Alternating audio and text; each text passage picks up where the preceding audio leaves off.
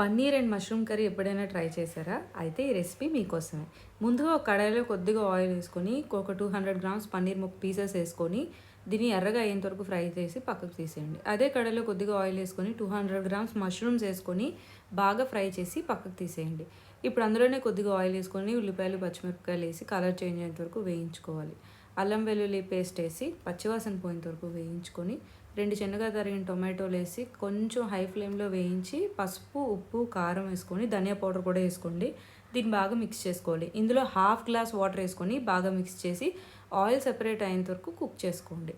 ఇప్పుడు ఇందులో మనం ఫ్రై చేసి పెట్టుకున్న పన్నీర్ అండ్ మష్రూమ్ పీసెస్ వేసి బాగా మిక్స్ చేసుకొని కొద్దిగా గరం మసాలా పౌడర్ వేసి బాగా మిక్స్ చేసుకోవాలి. దీన్ని కొద్దిసేపు కుక్ చేసుకోండి. కొద్దిసేపటి తర్వాత ఇందులో కోకోనట్ మిల్క్ వేసుకొని బాగా మిక్స్ చేసి ఒక 2 నిమిషాలు హై ఫ్లేమ్లో కుక్ చేసుకొని స్టవ్ ఆఫ్ చేసి కొత్తిమీర ఆకులతో గార్నిష్ చేసుకొని ఈ పన్నీర్ మష్రూమ్ కర్రీని ఎంజాయ్ చేయండి.